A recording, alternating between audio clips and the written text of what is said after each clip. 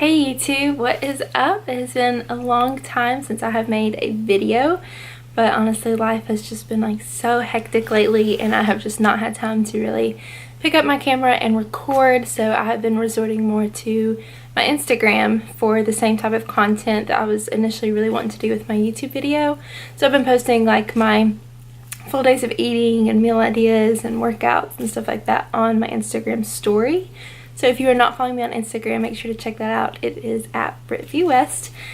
But I just wanted to kind of come up on here and make a video just doing a quick recap of my recent bikini competition that I did. So that was one of the main things that I initially wanted to do whenever I started my channel, was document my bikini prep. So that was a goal that I set for myself this year, and I am proud of myself because I stuck to it when the going got tough. And I completed my goal, and I did compete in the Las Vegas Classic on this past weekend of November the 4th. So actual show day was a blast. Like, the whole experience was just incredible.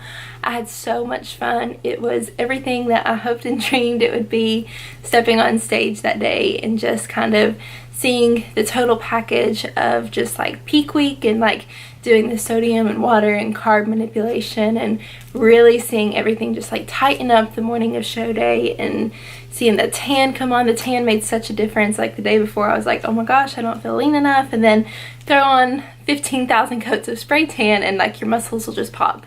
So once that came on, and then my makeup and hair and jewelry and the suit, and like it was so cool seeing everything that I'd worked so hard for so long just really come together and to be able to present it on stage. So that was just really fun. Another one of my favorite things from show day was getting to meet all the other competitors. It was really nice getting to share some of the experiences and stuff that we had gone through with other girls that just got it, because a contest prep is something that you do not understand until you have gone through it yourself. Like, it is the most taxing, and I don't know, it's hard. It's just a very hard thing that I had never gone through before.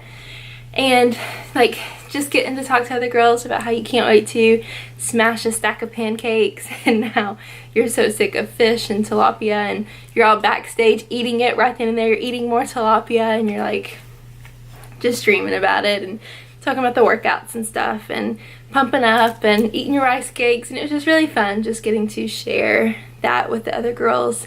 So that was one of my favorite parts of show day as well. Leading up to show, prep was very challenging, which was exactly why I wanted to do it. I'd always kind of been into the lifting weights and tracking my macros type thing, but I just kind of did it as a hobby, and it was just kind of like something I did because I knew I wanted to eat healthy food, fuel my body. I wanted to work out and exercise because it's good for your body, but you know, it's just kind of like a thing I did on the side. And so I wanted to be that crazy person that takes that 10 levels up a notch. So that's why I decided to do the bikini competition, and that was exactly what I got. I did a 16-week prep, so leading up to that I started a cut about 5 weeks out, so all in all it was about 21 weeks of dieting, and that is a very long time, you guys. During that 21 weeks, I weighed out every single thing that went in my mouth. I knew exactly how many carbs, fat, proteins are in it. I knew how many ounces it was. It was all logged in my phone, and I did not have cheat meals. I had one cheat meal on vacation where I got pizza and cannolis, and that was at like right at the beginning of my prep. I think I was 14 weeks out, and that was it. Everything else, I had higher macro days, so I would have refeeds to kind of increase my insulin and leptin levels, and to let my body know that, hey, we're not starving ourselves, like we're good. So I had a few of those where I was able to fit fun treats in, like froyo, where I could like make my own healthy pizza, things like that. But as far as like going out and just like having a free meal, I did not have that. So that was challenging. There was a lot of things that kind of got put on hold. Date nights really didn't happen anymore. Holidays were hard. Like, I didn't get to do anything for my birthday or my husband's birthday or our anniversary, and I got a promotion at work. We weren't really able to celebrate that. So definitely prep took over my entire life, day in and day out.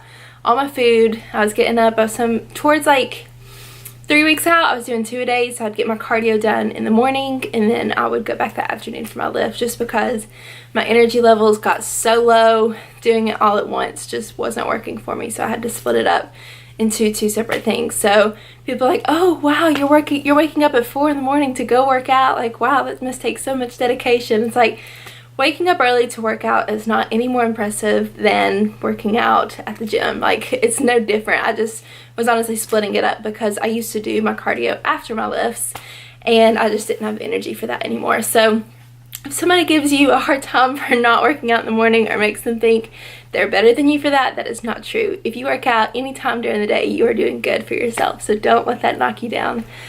But I received a lot of negative feedback from people, which really frustrated me because this was something that I was so excited about. It was something that I put my heart and my soul and every ounce of me into this. I really wanted to just push myself, and this was something I wanted to fully commit to, and there was a lot of people that just don't get it. People were saying that I was unhealthy. They were saying that they were concerned about me and this wasn't right and I need to stop. And then there's people that would say that I got called a communist at work because I didn't want a donut from this stranger. I had never talked to this guy before, and he said that they needed to check me out for being a communist because I didn't want a donut. And it's like, dude, you don't know me, you don't know my goals, you don't know why. Like, I could have a health problem for all you know. Like, so just be careful with your comments of what you say to people, because it irritated me because it's just not necessary. There's people that, like, I had one person have a box of cookies and he literally went like this and he was like waving it in my face and he was like, don't you wish that you could have one of these cookies? Don't they smell so good? And I'm like, no, I don't actually, because if I wanted one of those cookies, I would eat one of those cookies, but instead I am delaying the satisfaction of food that tastes good for the satisfaction later on of committing to my goal, sticking to my macros, stepping on that stage in a bikini where I want to have abs, I want to look good, I want to do well. And so there's just a lot of people that I guess thought that I was forced to do this or something. And it's like the whole time I just tried to remind everybody, like, this is a decision that I've made. This is something that I want to do. I'm doing it because I chose to, and I'm going to finish it. Like, I'm not going to be a quitter. So please just respect that and be understanding. And it doesn't matter if you like it or not. I'm going to do it. So basically either support me or get out of my way was my mindset towards the end. So there's a lot of friends that didn't really get that. I noticed that towards the end of my prep, my circle got a lot smaller because prep is a very isolating thing. I tried really hard to, like, still be accommodating to people. Like, just because I can't go out to eat and have a burger with you doesn't mean I'm not willing to still go out to dinner and, like, bring my own food or eat beforehand. And there's plenty of times I was willing to do that and people were still like, oh my gosh, I can't wait till your prep is over. And it's like, but why? Like, just because I can't eat bad food doesn't mean like you can. I'm not judging you for it or stopping you or whatever, but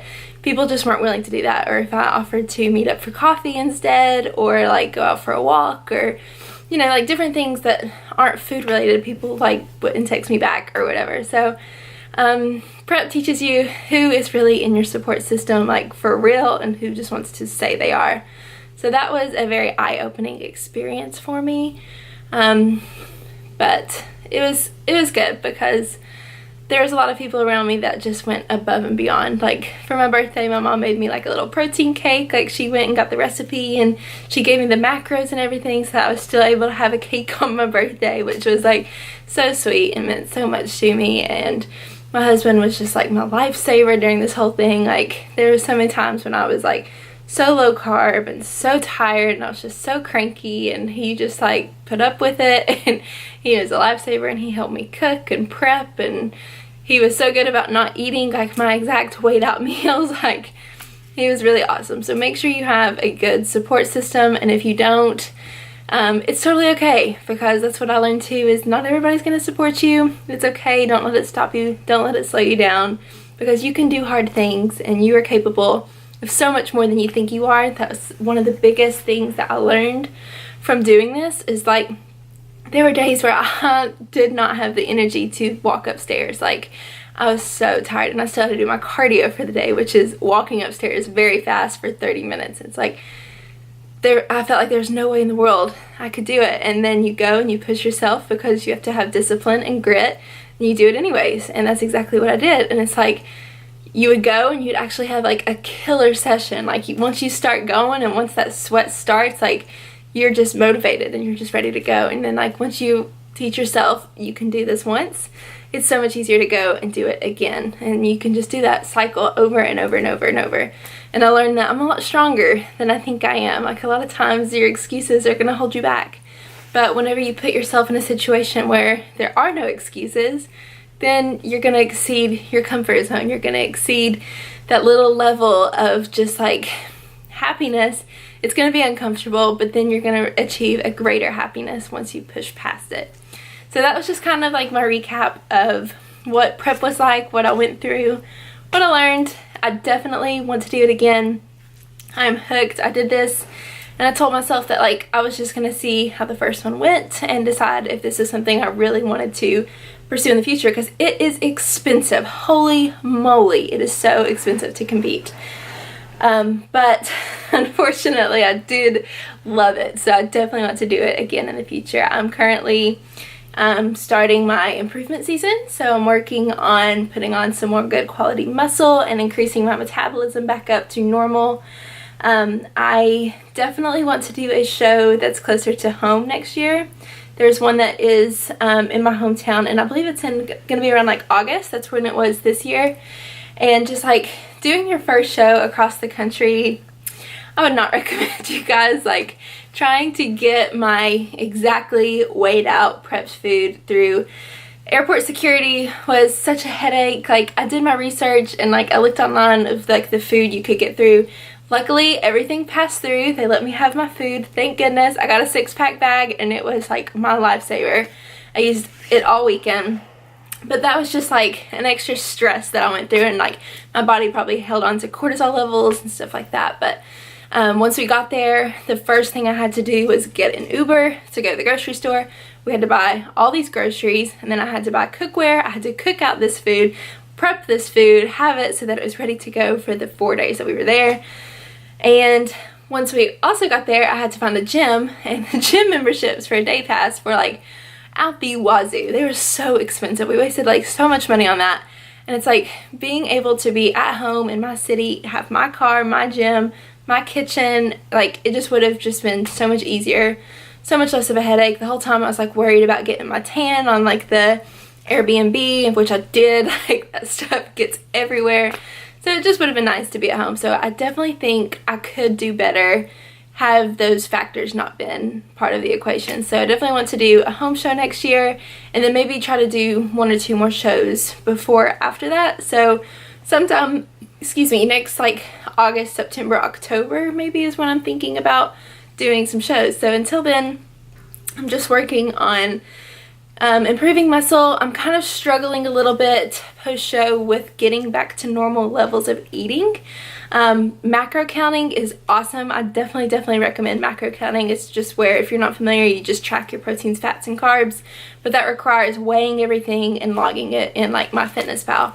And doing so allows you to eat kind of like whatever you want. And so that gives you a lot of freedom, but however, it is like very mentally taxing. Like after a while, you get used to it. It just becomes like second nature. But when I had done it for 21 weeks, I'm like, I just need a break. Like, it's just like, I want to go out to eat and just get a meal and just not even worry about it. And so that's what I have been doing. And it's kind of the same thing with my training as well. Like, there are so many days when it's raining outside, I kind of have like a little crud in my throat, or I didn't get enough sleep the night before, and I just want to go home and just rest and hang out with my dog. But that wasn't an option. And so now also, whenever I'm post-show, like I'm having a hard time kind of getting to the gym, because I'm like, now I have the freedom to skip.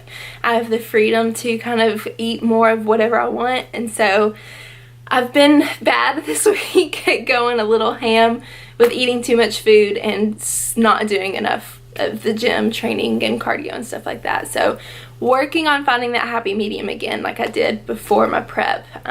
One of the big things that I did whenever I was eating low calorie was that I would try to focus more on high volume foods to make myself feel full. So I'd have like huge salads or like lots of vegetables and stuff like that, and then it would fill me up. And so now that I'm after my show, I'm getting used to that feeling. So I'm doing the same thing, but I'm doing it with higher calorie foods. So that's a little bit more problematic because my weight is definitely going to go up way too quick. So I'm not planning on doing a strict reverse diet. I know that's what a lot of people recommend and do post-show, but I tried that for a few days, and just like the stress of numbers and macros was just really freaking me out. And so at least for like a week or two, I'm just kind of going with it, enjoying life, not stressing over it. And then we will get back to the nitty-gritty next year. And it's not something I'm giving up forever, but just a mental break, just a little bit burnt out, just going like so extreme for so long. Like the last probably like month or so, I did not have one day off of the gym. And so it's just very taxing. It's taxing on the body. It takes a lot to achieve that level of leanness. And I knew that going into it, and I'm okay with that. I'm going to do it again in the future, but just kind of recovering and coming back from that is what I'm dealing with now. So definitely recommend it. If you guys have any questions about competing or anything, I would love to answer them for you. I learned basically everything on what to expect from the internet. I only had maybe 3 friends that I knew in real life that have competed before. And so like I asked all of them, like, how'd you do this? How'd you do that? Like there's so much stuff that people just don't tell you. So I would love to help you guys. There's a lot that I learned during my first bikini comp, and it was a very amazing, incredible experience. So that is just kind of a recap. Hopefully I will be able to get some workouts and some new full days of eatings and stuff up for you all soon. But until then, I will see you in the next video. Thanks for watching. Bye.